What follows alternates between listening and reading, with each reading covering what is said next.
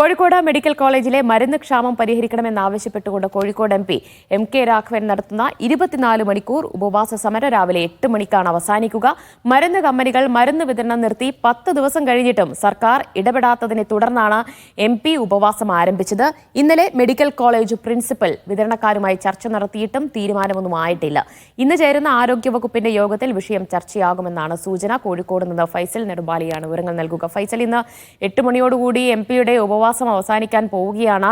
ഇന്നിപ്പോൾ ആരോഗ്യവകുപ്പിന്റെ യോഗമൊക്കെ ചേരുന്നുണ്ട്. ആ യോഗത്തിലെങ്കിലും ഒരു തീരുമാനം ഉണ്ടാകുമെന്നൊക്കെയാണോ കരുതുന്നത്?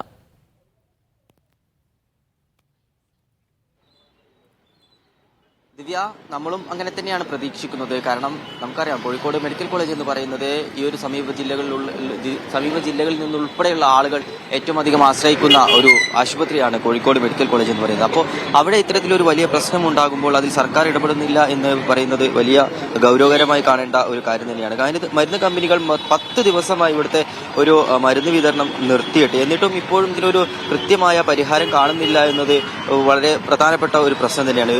കഴിഞ്ഞ ദിവസം ആരോഗ്യമന്ത്രിയുടെ ഒരു പ്രസ്താവനയൊക്കെ ഉണ്ടായിരുന്നു. രോഗികൾ വർദ്ധിച്ചതുകൊണ്ടാണ് മരുന്ന് ക്ഷാമം നേരിടാൻ കാരണമെന്നുള്ളതൊക്കെ ആരോഗ്യമന്ത്രി പറഞ്ഞിട്ടുണ്ടായിരുന്നു. അപ്പോൾ ഇതുമായി ബന്ധപ്പെട്ട് വലിയ സമര കോലാഹലങ്ങളൊക്കെയാണ് സാക്ഷ്യം വഹിക്കുന്നത്. ഇപ്പോൾ Kozhikode M P M K രാഘവന്റെ നേതൃത്വത്തിൽ ഒരു ദിവസം 24 മണിക്കൂർ നീളുന്ന ഉപവാസ സമരമാണ് കോഴിക്കോട് മെഡിക്കൽ കോളേജിന് മുമ്പിൽ നടത്തുന്നത്. ഇപ്പോൾ മരുന്ന് ക്ഷാമം അതിരൂക്ഷമായി തുടരുന്ന ഒരു സാഹചര്യമുണ്ട്. ഇപ്പോൾ ഇതെന്തുകൊണ്ടാണ് സർക്കാർ ഇതിനൊരു പരിഹാരം കാണുന്നത്?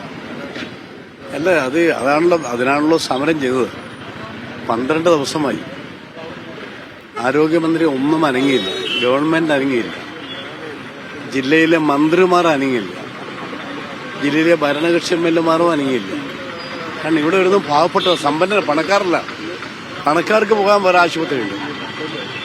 പാവപ്പെട്ടവരാണ്, സമീപ ജില്ലകളിലെയും പാവപ്പെട്ടവരാണ് ഇവിടെ വരുന്ന ആലോചിക്കുന്നത്.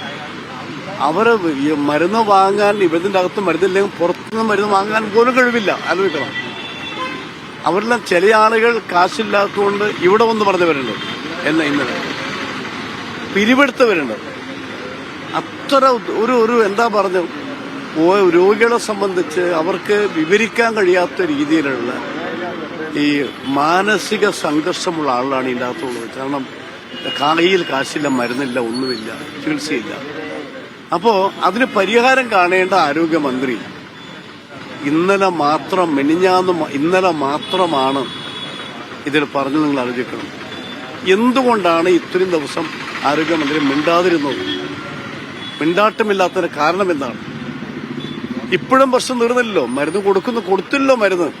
മരുന്ന് കൊടുത്തില്ല, കുടിശ്ശിക കൊടുത്തില്ല. മരുന്ന് വാങ്ങിയതിന്റെ 240 കോടി ഇൻഷുറൻസ് ക്ലെയിമുണ്ട്, അതുവരെ കൊടുത്തില്ല. ഇതിനൊന്നും പരിഹാരം കാണാൻ തയ്യാറാകുന്നില്ല. ഞങ്ങൾക്കൊന്നേ ഉള്ളൂ, ഞങ്ങൾ സർക്കാരിനെതിരെയുള്ള സമരമേ അല്ല. അത് പറഞ്ഞേക്കാം, ഞങ്ങൾ രോഗികളുടെ ഈ ദയനീയ സ്ഥിതി കണ്ട് ഞങ്ങളിവിടെ ആരംഭിച്ചത് മരുന്ന് കിട്ടാൻ വേണ്ടിയാണ്, ചികിത്സ കിട്ടാൻ വേണ്ടിയാണ്. അത് കിട്ടണം. അത് ഇനിയും വൈകിയാൽ ഞങ്ങൾ തുടർന്നുള്ള സമരം എങ്ങനെ വേണം ഞങ്ങൾ വീണ്ടും ആലോചിക്കും. ഈ സമരം കൊണ്ട് ഒരു പരിഹാരം ഉണ്ടാകുമെന്ന് കരുതുന്നു? എന്തോ ഈ സമരം കൊണ്ട് ഒരു പരിഹാരം ഉണ്ടാകുമെന്ന് കരുതുന്നുണ്ടോ? അല്ല, നമുക്ക് വേറെ മാർഗമില്ല. നമുക്ക് ജനങ്ങളുടെ ശ്രദ്ധയിൽ കൊണ്ടുവരാൻ, സർക്കാരിന്റെ ശ്രദ്ധയിൽ കൊണ്ടുവരാൻ ഇത് ആരെങ്കിലും മുൻകൈ എടുക്കണ്ടേ? ജില്ലയിലെ മന്ത്രിമാർ മുൻകൈ എടുക്കുന്നില്ല തീരാൻ, ഭരണകക്ഷി എംഎൽഎമാർ മുൻകൈ എടുക്കുന്നില്ല. അത് ഞങ്ങള് 11-ാമത്തെ ദിവസമാണ് ഞങ്ങളിത് സമരം ചെയ്യുന്ന ആലോചിക്കണം. നേരത്തെ DCC ഒരു 5 ദിവസം സമരം ചെയ്തു. വീണ്ടും ഈ സമരം ഞങ്ങൾ ആരംഭിക്കുന്നു. അപ്പോ സമരം ചെയ്തിട്ട് ഫലമില്ലെങ്കിൽ തുടർച്ചയായുള്ള പ്രക്ഷോഭണത്തിന്റെ മാർഗം എന്താണ് ഞങ്ങൾ ആലോചിക്കും. മരുന്ന് ക്ഷാമം പരിഹരിക്കാൻ സർക്കാർ തലത്തിൽ ഒരു ഇടപെടൽ ഉണ്ടായില്ല എങ്കിൽ ശക്തമായ പ്രക്ഷോഭത്തിലേക്ക്, പ്രതിഷേധത്തിലേക്ക് കടക്കുമെന്നാണ് എം കെ രാഘവൻ എം പിയുടെ പ്രതികരണം.